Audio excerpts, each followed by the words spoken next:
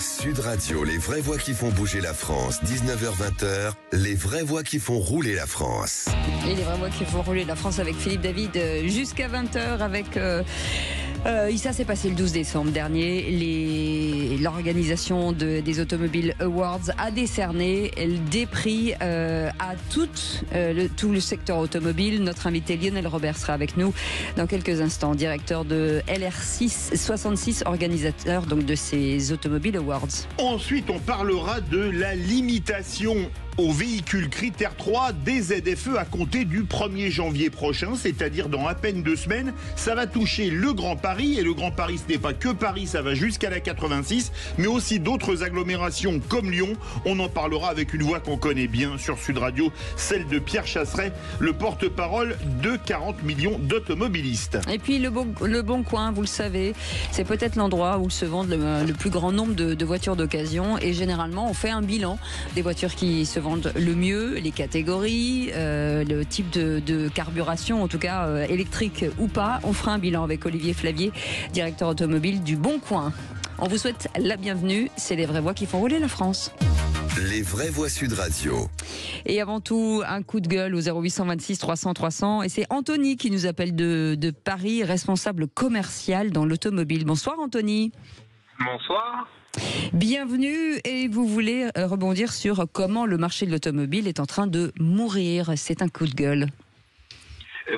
Oui, concrètement, donc je pense que ça va avec le reste de la situation de la France et à plus grande échelle l'Europe. Je crois qu'on a complètement troqué notre souveraineté à tous les étages. Je crois qu'on est en train de se soumettre à l'industrie chinoise d'une manière très très très violente, en ouvrant le marché et en faisant couler tous nos constructeurs français. Donc je pense que c'est volontaire, parce que derrière il y a des milliers d'emplois qui vont passer à la trappe. On veut forcer les Français à passer à l'électrique alors qu'ils n'en ont pas du tout envie, ils n'y sont pas prêts. Pour vendre beaucoup de voitures, je peux vous garantir que personne ne les achète, tout le monde les loue. Donc c'est les concessionnaires qui vont se retrouver avec des voitures d'occasion invendables, ce qui est déjà le cas. Aucune aide de la part des constructeurs, quelle qu'elle soit, pour que justement les soutenir. Donc concrètement, je pense qu'ils veulent détruire l'industrie automobile européenne. Anthony, en fait, on veut forcer les concessionnaires à forcer les clients à prendre des voitures électriques. On veut pas forcer les concessionnaires. Ah bah si, parce que si, parce que s'ils ne vendent pas de voitures électriques, ils prennent de grosses amendes. Ils vont prendre des amendes. Ah bah bien sûr, oui, on est là pour l'instant, c'était 1 sur 5, et puis je pense qu'ils iront en augmentant, mais si vous voulez, les concessionnaires, ils n'ont pas le pouvoir de forcer les clients. Donc concrètement, aujourd'hui, ça ne prend pas et ça se voit. Mais c'est juste que maintenant... Oui. Mais Anthony, vous vendez des voitures. Est-ce qu'avec les menaces d'amende, on ne dit pas pour quelle entreprise vous travaillez, on vous dit pas, et là les gars, maintenant vous ne vendez plus de voitures thermiques à compter du 20 janvier par exemple pour le mois de janvier. Vous incitez. Poussez à fond sur l'électrique, ou sinon repoussez les livraisons de thermique et ne prenez plus que de l'électrique. On risque pas d'en arriver à ça ? Ah bah je pense qu'à terme on y arrivera. Là pour l'instant ça fonctionne avec des quotas comme dans tout. On a un certain pourcentage de véhicules électriques à vendre si on veut récupérer des rétrocommissions, etc. Mais de toute manière les concessionnaires ils n'ont pas du tout leur mot à dire. Ça se passe en haut lieu, c'est les constructeurs qui décident. C'est pour ça qu'ils se regroupent, qu'ils achètent C'est bientôt fini le petit concessionnaire familial du coin. Maintenant bientôt on aura affaire qu'à des grands groupes, et ces grands groupes-là s'aligneront. Effectivement, le commerce changera comme tout. Mais Anthony, est-ce que ça veut dire que vous avez même vous réfléchi à changer de secteur, de filière, de métier ? Ah bah de toute manière oui, la filière elle est morte. Dans 2 ans c'est fini. Ce sera comme Tesla, il y aura même plus besoin de showroom à proprement parler. Puisque de toute manière les gens bientôt ne pourront même plus se payer une voiture, parce que ça s'adresse à qui? Des voitures à 40, 50 000 euros. Le monsieur qui gagne 1400 ou 1800 ou même 2000 euros par mois, il peut pas se la payer. Donc si vous voulez, ils veulent pousser les gens dans certains systèmes, comme dans tout, mais ça on le retrouve à tous les échelles. Là aujourd'hui on parle de l'automobile, mais c'est pareil, ne serait-ce que pour la nourriture. Je veux dire, on veut nous forcer à prendre certaines choses dont on ne veut pas, et puis apparemment les Français, ils ont oublié qu'ils avaient du courage. Donc aujourd'hui on se soumet. Le peuple réfractaire, c'est fini, je crois. Mais que disent les clients, Anthony, sur tout ça? Est-ce qu'ils sont plutôt dociles, réfractaires? C'est quoi les résultats finalement aujourd'hui? aujourd'hui, on a deux types de clients. On va avoir les clients qui veulent acheter qui veulent louer, une petite voiture électrique à 100, 200 euros par mois, sans prendre de risques, tout en sachant que dans 3-4 ans, ils nous la rendront. Et puis, on a ceux qui veulent absolument pas en entendre parler et qui n'en prendront jamais. Comme là, c'est pareil avec la ZFE. Mais je veux dire, les zones à faible émission. C'est ça. C'est encore mettre une partie de la population à l'écart. Donc ils sont en train de faire un genre de passe vaccinal pour les voitures, quoi. Moi, ce que je comprends pas, en fait, c'est que tout le monde est amorphe, tout le monde est endormi. Ils attendent quoi? Qu'on vienne piocher dans leur compte et qu'on leur vide ce qui reste? Parce que ça va finir comme ça aujourd'hui. Les clients, comment ils vont faire, les gens, pour se déplacer, pour aller au travail, s'ils peuvent pas se payer une voiture? Ça va être compliqué. Moi, je veux bien qu'on s'inquiète de toute la misère du monde, qu'on aide les Ukrainiens, qu'on aide tout le monde, mais qu'on commence par laver chez nous, quoi. Parce que la France, ça devient vraiment un pays en détérioration la plus totale. Et surtout, malheureusement, ça risque de devenir un désert industriel. On a parlé de la désindustrialisation, mais on a oublié de le dire. En 2024, pour la première fois depuis 2016, la France a fermé plus d'usines qu'elle n'en a ouvert, malheureusement. Absolument. Anthony, merci beaucoup en tout cas pour votre témoignage. Quoi qu'il en soit, on vous souhaite quand même de jolies fêtes, avec quand même une petite lueur d'espoir, parce que les choses peuvent évoluer dans le bon sens. Vous avez juste à regarder ce qui se passe en Allemagne. Après, je vais vous laisser. Une des plus grandes industries automobiles, quand même, de qualité. Aujourd'hui, on n'en parle pas beaucoup aux infos français, mais ça va très très mal en Allemagne. Il y a beaucoup de constructeurs qui se posent la question de fermer. Et tout ça, pourquoi? Pour une Europe chinoise. Donc moi, je veux bien, parce qu'on nous fait croire que les ennemis sont les Chinois, mais on n'arrête pas de leur manger dans la main et de tout leur prendre. Donc Macron, il dit qu'il va nous faire une usine de voitures électriques en France, mais avec quels matériaux, quelles matières premières? Les Chinois, je crois qu'ils viennent de faire obstruction à la vente de antimoine, tous les matériaux nécessaires pour l'électrification. Donc on va bientôt rigoler quand les usines elles seront à l'arrêt parce qu'elles n'ont pas de matériel.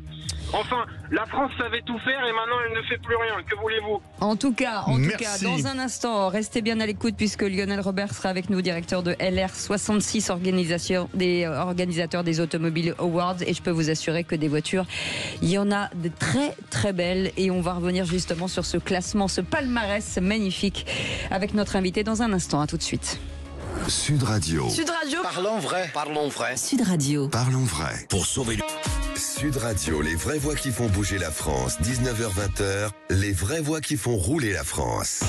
Et les vraies voix qui font rouler la France avec Philippe David. On est ensemble jusqu'à 20h. Si vous aimez l'automobile, les belles voitures, en tout cas les finitions, la technologie, l'innovation, et vous allez adorer les Automobiles Awards. C'était le 12 décembre dernier avec Lionel Robert qui est avec nous, directeur de LR66, décidément organisateur et fondateur des Automobiles Awards. Bonsoir Lionel Robert, merci d'être avec nous. Bonsoir. Bonsoir Cécile, bonsoir Philippe. Une 7e édition haute en couleur, puisque quand même 56 marques représentées entre les constructeurs et les équipementiers. C'est énorme cette année. Oui, c'est vrai, pour répondre à l'auditeur que vous aviez juste à présent qui trouvait que rien ne marchait en France. On arrive encore à faire des beaux événements, vous voyez, donc c'est plutôt rassurant. Mais je suis ravi de cette 7e édition. Effectivement, chaque année, il y a un peu plus de marques qui participent. Et on a battu un nouveau record cette année avec 56 marques, comme vous le disiez, 45 constructeurs et 11 équipementiers, ce qui veut dire qu'on a à peu près toute la production automobile présente sur l'événement. Alors, on va commencer par le Grand Prix, c'est le top théoriquement. Et le groupe Renault a gardé son trophée puisque l'an passé, c'était l'Alpina 110 qui avait gagné. Absolument. Et cette année, c'est la R5 e-Tech électrique. Alors, pourquoi ce choix? Parce que Alpine et Renault 5, c'est quand même pas la même chose. Et il y avait surtout beaucoup de beau monde en face. Oui, c'est vrai, il y avait 20 candidats, c'est à peu près le chiffre qu'on retrouve chaque année. Le public s'est exprimé et pour la première fois, le choix a été très écrasant, très clivant, on va dire très marqué, puisque la R5 l'a emporté avec plus de 40% des voix, alors qu'en général, c'est beaucoup plus serré. De mémoire, l'Alpine avait dû gagner avec peut-être 15% l'an passé. Et la Toyota, qui est deuxième, pour qu'on sache, c'était 11%, donc c'est vraiment une victoire écrasante. Oui, un bel écart, effectivement. Donc, visiblement, cette voiture plaît, pas seulement aux journalistes et aux médias qui sont tombés amoureux d'elle, mais a priori, le public aussi. Je me suis laissé entendre que Renault en vendait quelque chose comme 300 commandes par jour actuellement. Donc est-ce que c'est une surprise, Lionel Robert, finalement, quand on a vu l'engouement Non, en fait, non, parce que c'est vrai que C'est toujours étonnant avec l'automobile, finalement, on dit que les goûts peuvent varier d'un individu à l'autre. C'est vrai, et pourtant, il y a quand même toujours une forme un peu d'unanimité qui se crée lorsqu'un produit est bien né, et c'est le cas de cette R5, qui plaît à la fois aux anciens, comme moi, qui ont l'impression de retrouver la voiture de leur adolescence, et également aux jeunes, qui n'ont pas forcément la référence R5, mais qui la trouvent très très sympa. Et puis, accessoirement, la voiture est très agréable à vivre. Conduire, oui. et elle est électrique, donc elle réunit un petit peu tout ce qui est dans l'air du temps actuellement, quoi. En tout cas, j'en profite pour féliciter les équipes de Gilles Vidal, du design de Renault, pour cette belle réussite. La seconde révélation, c'est la Toyota Yaris Cross. Je dirais même pas que c'est un autre véhicule made in France, mais carrément made in Hauts-de-France, parce que l'une est faite à Douai et l'autre à Valenciennes. Hein. Bienvenue chez les ch'tis. Est-ce que, en pleine crise automobile de l'Europe, le made in France a encore de l'avenir pour vous, Lionel ? Écoutez, oui, et alors justement, là encore, pour répondre au débat que vous aviez juste avant, c'est vrai qu'aujourd'hui, la notion de pays d'appartenance d'une marque devient quand même assez floue, parce que regardez Toyota, je pense que aller faire un tour dans le Nord, je pense qu'ils sont absolument ravis, tous ces gens, de travailler pour une marque japonaise et que ça leur pose aucun problème, ils les fabriquent en France. Donc cette voiture, elle est très très française. Elle peut difficilement être plus française qu'elle n'est. Elle a été conçue et dessinée à Nice, à Sophia Antipolis, dans le centre de design de Toyota. Elle est fabriquée près de Valenciennes. Elle est vendue donc en France. Elle fait fonctionner évidemment, bien sûr, les distributeurs français. Bref, voilà, quelle différence quelque part il y a entre ça et peut-être une Renault qui serait fabriquée en Slovénie. Donc tout ça reste quand même malgré tout assez... c'est plus aussi évident qu'avant. Voilà. Et en clair, la notion d'appartenance géographique maintenant, il faut quand même la gérer, je dirais, dans sa globalité. Et pour le coup, effectivement, cette Toyota, elle est très très française. Elle est beaucoup plus française que certaines françaises de marques françaises. Et puis sur le prix Paris Match, c'est encore Renault. Est-ce qu'on sent quand même la patte de Luca De Meo dans cette nouvelle génération de voitures Renault ? C'est sûr que cette année, 2023 avait déjà été pas mal, 2024 ça a été le feu d'artifice, 2025 se présente plutôt bien. En ce moment, la marque qui est vraiment dans l'air du temps, véritablement, entre le design, la façon de distribuer les voitures et surtout aussi la façon de communiquer dessus, puisqu'ils ont des campagnes de pub qui sont quand même assez hallucinantes actuellement, Renault. Oui, c'est vraiment la marque dans l'air du temps. Et ça se concrétise quand même malgré tout par leurs résultats commerciaux. C'est pas simplement, je dirais, ça n'est pas que beau et que très agréable à regarder, il y a aussi quand même une vraie, on va dire, une vraie réussite commerciale actuellement pour la marque. Donc c'est vraiment la marque qui se distingue. Et ce prix dont vous parlez, Cécile, en fait, il a été décerné par les PDG des marques qui participent à l'événement. Bien sûr, c'est ça qui est dingue. Oui. Voilà, ce ne sont ni les journalistes qui se sont exprimés, ni le grand public. Ce sont les CEO, les DG des marques qui participent, qui ont, en toute confidentialité, élu Renault comme étant la marque de l'année. Alors le coup de cœur du public, c'est pour une autre française, la Citroën, on va dire I, mais c'est un E, C3, que le jury a jugé, je cite, et vous faites partie du jury, Absolument. Cécile, électrique et abordable, mot que l'on pensait impensable pour une européenne. 3 citadines aux 3 premières places, small is beautiful en bon français. Oui, complètement, c'est vrai. Alors c'est vrai que cette année, on a un podium qui est 100%, on va dire, populaire, si je puis dire, même si la R5, les premières versions ne sont pas forcément les moins chères, des moins chères vont arriver, mais globalement, on a quand même des voitures qui sont plutôt populaires. Donc le rêve n'a pas eu le droit de citer cette année sur le podium. Ça, c'est plutôt une première, effectivement. On a 3 véhicules là qui sont, je dirais, extrêmement désirables, pour des raisons différentes, mais qui sont extrêmement désirables, qui devraient fonctionner très bien commercialement. La Yaris Cross marche très bien. On peut imaginer que la R5 et que la IC3 devraient aussi fonctionner. Un mot de plus sur la IC3, oui, c'est vrai qu'elle rend finalement la mobilité électrique à peu près abordable, puisque cette voiture, bonus compris, si tant est que le bonus soit un minimum prolongé en 2025, est sous la barre des 20 000 euros pour une vraie voiture avec un confort à la Citroën. Voilà, ça devient tout à fait abordable et donc tout à fait intéressant. Oui, c'est le succès, on va dire, c'est le retour en force des voitures abordables cette année. Et puis il y a des voitures finalement qui se transforment, c'est-à-dire que vous pouvez vivre dedans et vivre avec, mais sans être ringard. C'est ça qui est intéressant. C'est parce que en matière de design et de vivre, c'est génial, c'est assez génial. C'est le prix AMAM, qui est l'association des médias auto et moto, qui a récompensé la la Volkswagen California, et c'est vrai qu'elle est assez incroyable. Et elle a un côté baba cool des années 70, moi j'adore. Là, il manque le turban dans les cheveux et les pantalons pas de def et on y va. Non, c'est vrai que le California, c'est une longue saga. Le California, c'est en quelque sorte celui qui a succédé quelque part au fameux combi, quoi, et qui fait les beaux jours de Volkswagen depuis longtemps. Et c'est vrai que ce véhicule qui existe depuis très très longtemps, il était un petit peu, je dirais, passé sous silence depuis quelques années. Et là, et puis désuet, un peu quand même. Ouais. Et un peu désuet aussi, effectivement. Et là, il est devenu tellement cosy, tellement chic. C'est un vrai bonheur de vivre à l'intérieur, franchement. Il parle en plus d'en faire. Il y en aura une version, on va dire, ID Buzz de ce véhicule, c'est-à-dire qu'il y aura une version California électrique dans quelques temps, qui répondra donc bien sûr aux besoins du moment. Donc non, c'est une autre façon d'aborder l'automobile qui fait son vrai retour en force aussi auprès du public qui apprécie de plus en plus d'avoir finalement quelque part sa maison avec lui pour se promener. En full électrique, 2 Françaises aux 2 premières places, Cocorico, la Peugeot i308 et l'Alpina 290. Est-ce que les Européens en général et les Français en particulier, Anthony en parlait, sont en train de refaire leur retard en full électrique sur les Chinois?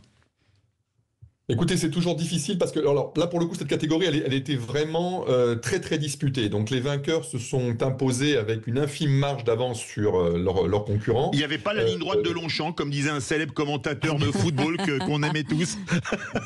Alors, c'est vrai que la i3008, là, dont vous parliez, qui s'est imposée, qui a remporté ce fameux prix de la voiture électrique de l'année, bon, ça n'a pas forcément plu à Jean-Luc Moreau, votre spécialiste, votre expert auto de On Parle Auto. Pourquoi ? Parce que effectivement, cette voiture, à son lancement, n'a pas forcément été particulièrement mise en avant parce qu'on estimait qu'elle consommait plutôt pas mal, en fait, parce qu'elle était relativement lourde. Là, ils en ont sorti une version longue autonomie avec une très grosse batterie, en capacité de rouler quasiment 700 km. Donc Peugeot insiste vraiment beaucoup là-dessus, et c'est ce qui a fait la différence cette année. Ça, c'est pour la Peugeot. La 290, c'est la version, vous savez, un peu, on va dire, un peu musclée de cette fameuse Renault 5 e-Tech. Donc c'est la version alpine quelque part de la Renault 5. Là, ça correspond plus à, on va dire, un vrai plaisir de conduite qu'on peut avoir en électrique, et ça prouve finalement qu'il n'y a pas d'incompatibilité entre rouler zéro émission et se faire plaisir en conduisant une voiture électrique. Alors il y a les voitures plaisir. C'est très serré. Mais il y a les voitures plaisir et il y a les voitures passion aussi. Alors la révélation avec la Maserati Grand Cabrio et puis le coup de cœur de la Ferrari 12 aujourd'hui, je me dis que finalement on sent, moi je suis jury, je me suis quand même dit à un moment donné, il y a quand même des incontournables, soyons clairs. Bon, d'abord Cécile, merci de l'être. Merci de l'être de manière aussi fidèle depuis tant d'années. Voilà, je voulais quand même passer ce petit message. Merci, en tout cas, merci de m'accueillir chez vous, mon cher Lionel. C'est un plaisir. Non, oui, en fait, ça prouve quoi tout ça? Et si vous regardez aussi le podium voiture électrique, vous l'avez pas terminé, Philippe. En 3e position, il y a la Hyundai Ioniq 5N. Absolument. Là, on est vraiment sur des voitures, des voitures plaisir, parce que ça veut dire quoi? Ça veut dire que évidemment que le plaisir automobile, il a encore toute sa place, et Dieu merci. Qu'il soit électrique demain ou encore thermique aujourd'hui, là vous citiez effectivement deux monstres de plaisir que sont la Maserati et la Ferrari Dodici Cilindri, qui sont des voitures thermiques, elles encore, qui vivent, on va dire, un petit peu leur dernière période de règne, pour pouvoir passer la main. Ouais. Mais oui, bien sûr que la passion est toujours présente et qu'elle continuera de l'être, Dieu merci. Alors, il y a le retour d'une marque de légende pour le coup de cœur LR66 avec Hispano Suiza et sa Carmen Sagrera. On va assister à la renaissance de Hispano Suiza après Bugatti avec Volkswagen et Delage avec Laurent Tapie. Olé. Oui, alors en fait, Hispano, pour être tout à fait honnête, la marque a été ressuscitée il y a une petite dizaine d'années déjà. Oui. Elle a sorti des véhicules au compte-gouttes, très bien. Donc cette fameuse Carmen qu'il décline en différentes versions, qui est donc une supercar qui fait plus de 1000 chevaux. On va dire que c'est moins violent. Le retour est moins mis en avant que celui de Bugatti dont vous parliez à l'instant, parce que les moyens sont moindres, évidemment, mais on lui souhaite de réussir à cette marque hispano-suisse, mais très implanté aussi en France à l'époque de son heure de gloire. Oui, qui faisait même des moteurs d'avion à l'époque, pour les avions de chasse français. Principalement d'ailleurs des moteurs d'avion, ça a été l'essentiel de leur production, exactement. Écoutez, c'est toujours sympathique de voir une marque comme ça qui renaît de ses cendres. Bon, après, on leur souhaite quand même bien du courage, parce que c'est vrai que vendre une supercar électrique aujourd'hui, c'est quand même pas évident. Non. Et je vous dis, ils n'ont quand même pas les moyens d'un Bugatti, par exemple, qui a réussi à finalement quelque part à se réimplanter et à redevenir ce qu'ils sont aujourd'hui grâce au groupe Volkswagen dans un premier temps. Mais en tout cas, c'est sympa effectivement d'avoir ces marques du passé qui ressuscitent. Alors on a des constructeurs automobiles, mais on a aussi des équipementiers, on l'a dit tout à l'heure. Le prix équipe auto de l'année est remis à Valeo. Alors je rappelle que Valeo, c'est une entreprise française qui a le plus grand nombre de brevets dans le monde. Donc c'est vraiment une excellence à la française. Sur des projecteurs adaptatifs HD sur des phares, c'est assez exceptionnel en fait. Oui, ça c'est vraiment extraordinaire. Alors il existe déjà pas mal de systèmes qui fonctionnent déjà très bien, mais celui-là va vraiment au bout des choses. En clair, chaque optique est constituée de 20 000 LED qui sont susceptibles de pouvoir s'éteindre ou s'allumer individuellement. Donc vous imaginez, il y a 20 000 possibilités, je dirais, d'éclairer votre entourage. Pour éviter d'être ébloui.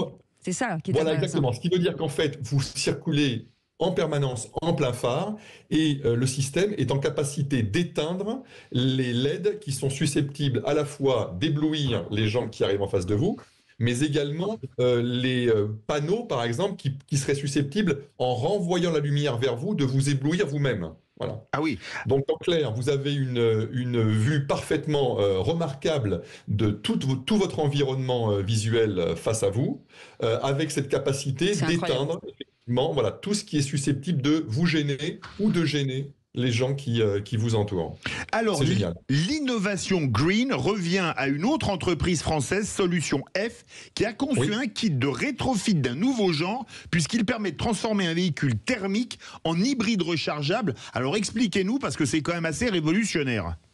Oui, ça c'est vraiment très très intéressant. Alors là, on est vraiment sur tout à fait autre chose. On est loin des supercars. Là, il s'agit en fait, pour simplifier le propos, de prendre un véhicule aujourd'hui classé critère 3, voire au-delà. C'est d'actualité.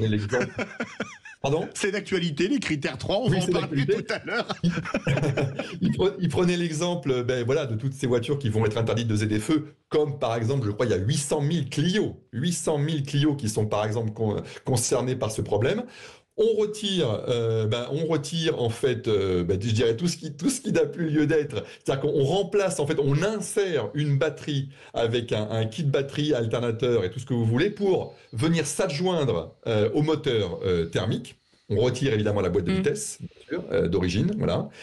Et la voiture, par ce système-là, fonctionne, pour simplifier là encore, très, très schématiquement, fonctionne en électrique grâce à cette petite batterie jusqu'à 50 km/h. Donc sur tous les déplacements urbains et périurbains, vous êtes uniquement sur l'électrique et donc vous n'émettez pas de CO2 bien sûr, et vous passez sur le thermique au-delà. Voilà. Ce qui vous permet du coup évidemment bien sûr d'avoir un accès dans les zones ZFE puisque vous repassez en critère 1 grâce à ce système. Voilà. C'est une mise en place qui peut se faire très rapidement puisqu'il faut quelques heures, je crois qu'il faut quelque chose comme 6 ou 8 heures pour installer le système, qui a un coût aujourd'hui estimé autour de 8 000 à 9 000 euros, mais dont les concepteurs espèrent, ça logiquement ça a été négocié auprès des précédents gouvernements, espèrent une prime de l'ordre de 4 000 euros qui pourrait du coup ramener le prix du kit à 5 000 euros qui pourrait ensuite être, on va dire, absorbé via un crédit par exemple à la consommation, sachant que entre les économies que vous faites à la pompe grâce à ce système et donc ce que vous auriez potentiellement à payer, vous seriez à peu près flat. Voilà. Donc en clair, vous pourriez circuler, si je puis dire, électrique zéro émission à zéro. Voilà. Lionel Robert, pour un investissement zéro. Vous ne bougez pas, on fait une petite pause, on vous reprend dans un instant le temps d'une petite page de pub et avec encore les lauréats, d'autres lauréats magnifiques tout aussi intéressants. Bougez pas, on revient dans un instant, à tout de suite. André Berkoff vous souhaite de sublimes, d'intensives et de jouissives fêtes avec Sud Radio. Bonne fête avec Sud Radio. Sud Radio. Parlons vrai. Bien sûr. Le Happy Radio, les vraies voix qui font bouger la France. 19h-20h, les vraies voix qui font rouler la France. Et les Automobile Awards, c'était le 12, la semaine dernière, avec Lionel Robert, directeur de LR66 et organisateur de ces de ce beau palmarès automobile, avec forcément quelque chose qui nous séduit, rien que les mots Michelin et NASA. On se dit, mais qu'est-ce qu'à finalement ce beau palmarès, c'est quoi? Oui, en fait, il y a un prix qui s'appelle le prix spécial du jury et qui consiste à faire élire par le jury donc le partenariat qui nous paraît le plus pertinent, le plus innovant de l'année. Voilà. Et là, en l'occurrence, c'est Michelin pour son rapprochement avec la NASA en vue de concevoir un pneu lunaire qui a été... C'est le cas de le dire. Et il y avait aussi l'innovation green qui revient aussi à l'entreprise française Solution F dont on a parlé il y a quelques instants. Le prix de la sécurité qui a été remporté par ZF avec un système de détection de gestion de l'aquaplaning, et le pneu de l'année par Hankook, je vais y arriver, qui est là aussi, on peut en parler 2 secondes, qui est un vrai progrès aussi. Oui, alors Hankook en fait a mis au point un pneu spécifiquement pour les véhicules électriques, voilà, et c'est actuellement le pneu qui contient la plus grande quantité, le plus gros pourcentage de matière à la fois recyclée et recyclable. Voilà. Une dernière question sur les délibérations du jury, comme Cécile de Ménibus fait partie du jury, dit-elle autant de mal de son co-animateur qu'elle en dit à l'antenne de Sud Radio, c'est pour un ami? Écoutez, je crois que c'est pire en fait. Ah bon, c'est pire en privé. On avait dit qu'on balançait pas. Rien, Philippe, hein, on avait dit que tout ce qui était aux Automobile Awards restait aux Automobiles. Voilà, c'est ça. En tout cas, on félicite et j'imagine que toutes ces voitures seront au salon de l'automobile de Lyon. En septembre. Oui, bien sûr. Voilà. Alors, c'est pas tout de suite, hein, c'est en septembre prochain. 2025, voilà, très bien. Et c'était l'occasion en tout cas d'en parler. Merci beaucoup. Le Salon de Lyon, partenaire des Automobile Awards. C'est ça, c'est pour ça que je voulais le rappeler, et dont Sud Radio aussi. Merci beaucoup Lionel Robert d'avoir été avec nous. Merci à vous. Et tout de suite, une chronique sur Station E. Sud Radio, station multiservice. vous est présenté par Borne électrique Station E et son badge universel pour des usagers libres et heureux. Informations et conditions, station-e.com. Guillaume Lefoc est avec nous, dirigeant de 4 Padel Épinay, anciennement Foot in 5 à Épinay-sur-Seine. Bonjour, merci d'être avec nous. Vous êtes avec nous, vous m'entendez? Oui, tout à fait, bonsoir. Très bien. Beau succès quand même depuis 15 ans de ce futsal. Oui, écoutez, c'est une transition parce qu'il y a 15 ans, j'ai eu le choix d'ouvrir en fait un centre dédié à la pratique du foot à 5 et puis cet été, on l'a transformé en pratique d'un sport qui est aujourd'hui 100% en vogue, qui est le padel. Alors, ce qui est important de dire, c'est qu'il y a un trafic quand même assez colossal grâce à vous. On parle de 100 000 passages chaque année. Alors oui, le padel aujourd'hui est un vecteur en fait important de passage sur notre structure. On a en fait un centre qui combine plusieurs activités. On a un restaurant, un plateau de formation, des terrains de paddle indoor-outdoor et un centre de fitness. Et donc du coup, l'ensemble de ces activités-là engendre en fait un fort passage journalier et donc forcément à l'année, ça représente un nombre de passages important. Voilà, et donc vous vouliez apporter en tout cas une solution à ceux qui viennent chez vous, c'est ça ? Exactement. En fin de compte, comme on le sait tous, il y a eu la promotion en fait, des véhicules électriques depuis maintenant quelques temps. Bah oui. Et donc, ne pouvant en fait aujourd'hui offrir en fait de solutions, on a eu cette possibilité-là avec l'opérateur qui nous a permis aujourd'hui d'installer du coup une borne de recharge pour véhicules électriques. Oui, ça veut dire que pas d'investissement en plus pour vous, c'est ça qui est intéressant. Et tout à fait. En fait, nous, on n'a supporté aucun investissement. C'est l'opérateur qui a aujourd'hui supporté à lui tout seul l'ensemble de l'installation, des investissements et du fonctionnement aussi. Il a aussi géré toute l'ouverture de ce qu'on appelle le PDL, donc le point de livraison avec Enedis. Donc, il ne s'est pas raccordé sur notre propre système électrique. Il gère lui-même sa propre alimentation. Et donc, ça lui permet d'être 100% autonome et nous, de ne supporter aucun frais sur le fonctionnement comme l'investissement. Vous êtes également élu ? Oui, sur Épinay-sur-Seine. Là, en l'occurrence, j'ai ce site d'exploitation, en l'occurrence au commerce et à l'entreprise. Et c'est aussi une volonté sur la ville d'Épinay de pouvoir donner accès aux utilisateurs de véhicules électriques de pouvoir se recharger. Oui, et puis la possibilité surtout d'avoir des services en plus. Alors là, ce site en fait est particulier parce qu'on est ouvert 7 jours sur 7, du 1er janvier au 31 décembre, sur des horaires extrêmement larges. Et donc vous pouvez venir manger, pratiquer votre sport, venir voir des amis sur place, et du coup pendant ce temps-là vous laissez votre véhicule et il permet d'être rechargé. Et pour ça il faut avoir des amis, Guillaume, c'est ça le problème. Oui. Ah bah oui. On vous en trouvera sans problème. Eh bien merci beaucoup, Il va Guillaume. falloir qu'on essaye le paddle. Hein. Oui, bah oui, on va essayer. Ah moi j'ai déjà mon équipement, hein, je vous le dis tout de suite. Ah, j'ai jamais essayé bah, encore. je suis équipée, je n'y ai pas joué encore, mais je suis équipée. Merci beaucoup, Guillaume Le Foc, d'avoir été avec nous, dirigeant de 4 Padel à Épinay. Merci à vous. Sur Seine, merci d'avoir été avec nous. Sud Radio, station multiservice. Vous a été présenté par Borne Électrique Station E et son badge universel pour des usagers libres et heureux. Informations et conditions station-e.com. Et l'année touche à sa fin avec, dès le 1er janvier prochain, de gros changements vont donc se produire en ce qui concerne les accès aux zones à faible émission selon son numéro de vignette critère. On va en parler avec un spécialiste. Pierre Chasseret est avec nous, vous le connaissez bien, Sud Radio, délégué général de 40 millions d'automobilistes. Mon cher Pierre Chasseret, bonsoir. Bonsoir. Bonsoir. Je dois dire que c'est encore un coup terrible porté aux automobilistes. Ah là, c'est pire qu'un coup. Là, c'est un coup de masse terrible. J'ai envie de dire, c'est même un coup de pompe, hein, puisqu'on va chasser des automobilistes qui n'ont pas les moyens de changer leur voiture. On va tout simplement les chasser des grandes agglomérations. Alors, on parle souvent de l'agglomération parisienne, mais il n'y a pas que l'agglomération parisienne. Ouais, il y a Lyon, il y a Grenoble, il y a Montpellier, je pense à Strasbourg qu'on a mis en place une partie, Reims qu'on a mis en place une partie, Rouen qu'on a mis en place une partie.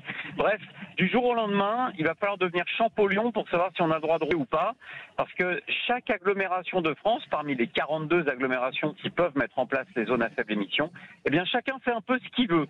On peut interdire les voitures qu'on veut, selon des classifications critères, sauf qu'en étant parfaitement honnête, je connais quasiment personne qui connaît la classe critère de véhicule. En campagne, quand vous avez une voiture, vous savez pas, votre voiture c'est critère 2, 3, 4, et on s'en fiche d'ailleurs. Le problème, c'est que tous ces gens-là qui vont venir en ville pour l'année prochaine, peut-être pour le réveillon, pour un anniversaire, ou pour quoi, comment ils vont faire ? Ils vont être verbalisés, 135 €, 108 €. Enfin, franchement, ça n'a pas de sens. Alors, allez-y. Alors, quand on voit pour Paris, par exemple, c'est le Grand Paris. Donc, c'est pas Paris intramuros, c'est toute la zone intérieure à l'A86, c'est-à-dire de Paris-Notre-Dame, le centre, jusqu'à peu près Orly au sud, on va dire Nanterre à l'ouest, etc. Les critères 3 ne pourront plus rentrer, sauf 24 jours par an. Mais comment est-ce qu'on fait pour comptabiliser ? Parce que même les pouvoirs publics disent qu'on n'a pas les moyens de contrôler. Non mais c'est le PRU, c'est Alfred Jarry. On n'en sait rien. De toute façon, on vit finalement l'ère de la communication. Et là, on est dans une aberration totale parce qu'on n'en sait rien. Mais celui qui va travailler, il fait quoi ? Il explique à son patron qu'il va venir que 24 jours dans l'année. Bon, ça risque d'être un petit peu complexe. Hein. Je pense que ça va se terminer au RH. Hein. Donc, très honnêtement, c'est stupide. Mais je vais prendre un autre exemple. Prenez le cas de quelqu'un qui est suivi pour un traitement en cancérologie. Alors, pour tous ceux qui connaissent malheureusement l'endroit, c'est l'hôpital Villejuif, Gustave Roussy. Qui est à l'intérieur de la ZFE. Au sein de la zone à faible émission. Vous vous rendez compte, ça veut dire que celui qui a besoin de partir de province pour se rendre à cet endroit où on n'y va pas par plaisir, hein, très honnêtement, faudra qu'il pense surtout à remplir son attestation parce que il a un certain nombre de fois où il peut y aller. Donc j'espère qu'il n'aura pas un traitement très long, hein, parce que sinon, comment il va faire ? Vous vous rendez compte ? Non, mais c'est grave. Bien sûr, je pousse à l'extrême, mais parce qu'en fait, c'est ZF, ZTL, toutes ces mesures d'écolo bobo qui étaient là pour rajeunir le parc auto. Vous savez ce qui se passe pendant qu'on prend ces mesures-là ? Le parc auto, il vieillit. Il n'a jamais été aussi vieux. C'est-à-dire que les Français ne renouvellent plus leurs véhicules parce que, un, ils n'ont pas les moyens. Et quand on n'a pas les moyens, j'aimerais bien savoir ce qu'on fait. Et puis deux, non seulement on n'a pas les moyens, mais en plus de ça, bien derrière, le parc continue de vieillir et donc de polluer plus que ce qu'il ne polluerait normalement si on n'avait pas pris ces mesures politiques un petit peu trop vertes. Mais pardon, est-ce que c'est pas en fait une démarche d'affichage ? Parce que vous l'avez dit, hein, contrôler tout ça, va être très compliqué. On est vraiment dans la communication pure. Au point qu'on a mis quand même 22 dérogations, excusez du peu. Oui. Alors, Pierre, vous êtes... Pierre, on vous entend plus. Vous avez oui, quand je disais Vous m'entendez? Oui, ça y est, vous êtes revenu. Ouais. Quand il y a 20 dérogations, le texte est stupide. Donc quand le texte est stupide, il faut l'abroger. Alors j'ai une grande nouvelle pour vous. Vous savez que je bosse pas mal avec 40 millions d'automobilistes. Oui. On est en train de préparer un texte à l'Assemblée nationale pour l'abrogation des zones à faible émission, bien évidemment. Il va falloir repartir de zéro, repartir d'une feuille blanche. Je dis pas qu'il faut aucune mesure. Je dis qu'on peut pas prendre des mesures aussi stupides. Voilà. Merci en tout cas et bien entendu, on espère que ce texte ira au bout. Merci beaucoup Pierre Chasseret, délégué général de 40 millions d'automobilistes et des automobilistes qu'on espère heureux et qui, j'espère, passeront un très joyeux Noël. Ça c'est sûr. Merci beaucoup Pierre Chasseret. Dans un instant, Le Bon Coin. Vous savez que Le Bon Coin, c'est certainement l'endroit où on vend le plus de voitures aujourd'hui. Donc des statistiques, on sait ce que vous achetez, on sait ce que vous aimez, ou on sait ce que vous êtes obligé d'acheter ou vendre. On va en parler dans quelques instants avec Olivier Flavier qui est directeur automobile du Bon Coin. Petite pause et on revient dans un instant. À tout de suite. Sud Radio, votre attention est notre plus belle récompense. Merci de nous écouter sur Sud Radio. Non, c'est normal parce que vous êtes une radio sympa, diversifiée et tout, donc c'est très bien. Sud Radio, parlons vrai. Sud Radio, les vraies voix qui font bouger la France, 19h-20h, les vraies voix qui font rouler la France.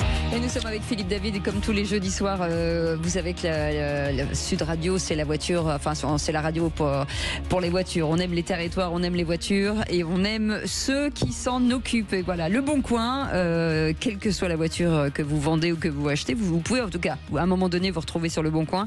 Olivier Flavier est avec nous, directeur automobile du Bon Coin. Merci d'avoir accepté notre invitation. Alors c'est un peu la vie du quotidien des Français et le quotidien aujourd'hui des Français est largement, en tout cas, l'injonction à la voiture électrique. Donc, est-ce que la voiture électrique est massivement représentée sur Le Bon Coin? Alors, déjà, Le Bon Coin, c'est l'économie circulaire en France. Et l'économie circulaire, ça représente la volonté de garder ses biens le plus longtemps possible en occasion ou de les revendre à quelqu'un d'autre et pas de passer du neuf. Et en même temps, il y a le pouvoir d'achat. Voilà, et c'est là où on combine l'ensemble. Et donc, l'électrique, aujourd'hui, sur Le Bon Coin, c'est la représentation du marché d'il y a 4 ans. Puisque comme on ne vend que de l'occasion sur Le Bon Coin, on a 800 000 voitures en ligne, on a le marché d'il y a 4 ans aujourd'hui en occasion. On a aujourd'hui à peu près 40 000 voitures sur 800 000 100% électriques. Donc la catégorie, elle a plus que triplé en 2 ans. Mais aujourd'hui, la majorité des offres que l'on retrouve, c'est l'essence et le diesel. Cette année, ce qui s'est passé, il y a eu un changement. Il y a plus d'essence en vente sur Le Bon Coin que de diesel. Jusqu'à l'année dernière, c'était le diesel qui était hyper majoritaire en annonce. Donc, en gros, aujourd'hui, on a la moitié des voitures qui sont en vente sur Le Bon Coin qui sont des voitures essence. Un peu plus de 40%, c'est le diesel. Donc, le diesel diminue. Et on verra dans 3 ans qu'il restera 15% de voitures diesel sur Le Bon Coin. Et on a effectivement une augmentation, mais plus des hybrides non rechargeables que de l'électrique qui est là, qui est bien présente, mais représentée qu'à 40 000 voitures pour l'instant. C'est un peu trop tôt, trop jeune. Le marché est un peu trop jeune pour les foules électriques. On a encore les voitures d'il y a 3-4 ans avec les Zoé, les Nissan Leaf. Voilà, il y a une mutation qui se fait, mais on n'est encore pas sur le marché à 100% de l'électrique qu'on connaîtra dans 4 ans, dans 3-4 ans. On parlait il y a quelques instants de la problématique des vignettes critères qui va se poser encore plus dans 15 jours, moins de 15 jours d'ailleurs, comme on est le 19 décembre. Question, est-ce que ça pénalise les ventes de ces modèles, par exemple, qui sont désormais critères 3 sur Le Bon Coin, où les acheteurs des ZFE vont dire « celle-là, j'en veux plus ». Alors, ça rejoint un peu ce que disait Pierre tout à l'heure. Pierre est souvent une bonne source d'inspiration. Oui, en tous les cas, ou d'information.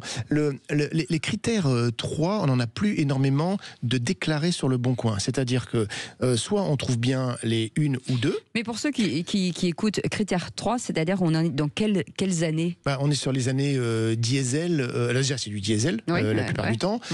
Et on est sur les années jusque 2011-2012 à peu près. D'accord. Donc, c'est en forte diminution. Le critère 3, et une grande partie, la moitié des annonces chez nous ne sont pas taguées avec des critères. Ce qui veut dire que ce sont des personnes qui effectivement ne savent même pas elles-mêmes si elles sont 2, 3 ou 4, parce qu'elles ne sont pas dans des zones concernées.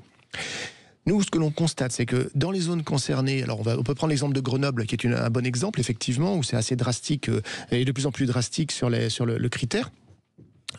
on n'a pas de forte influence ni sur les prix ni sur les volumes parce que vous êtes un critère 3 ou 4. Les voitures continuent de se vendre dans cette zone-là parce que tant qu'il n'y a pas de répression, de sanctions, le français continuera de changer sa voiture. On a la même chose pour les SUV dans Paris.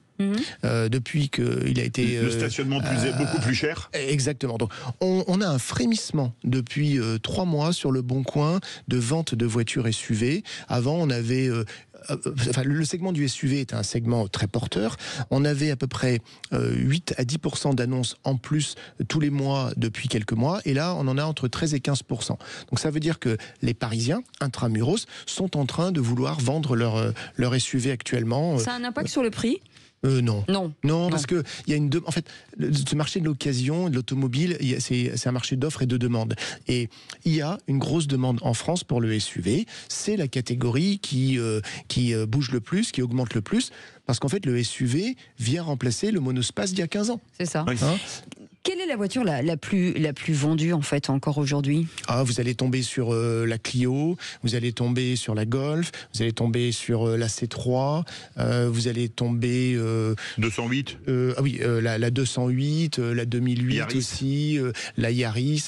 Donc on parle surtout de voitures qui ont des prix moyens en occasion d'à peu près et assez citadines.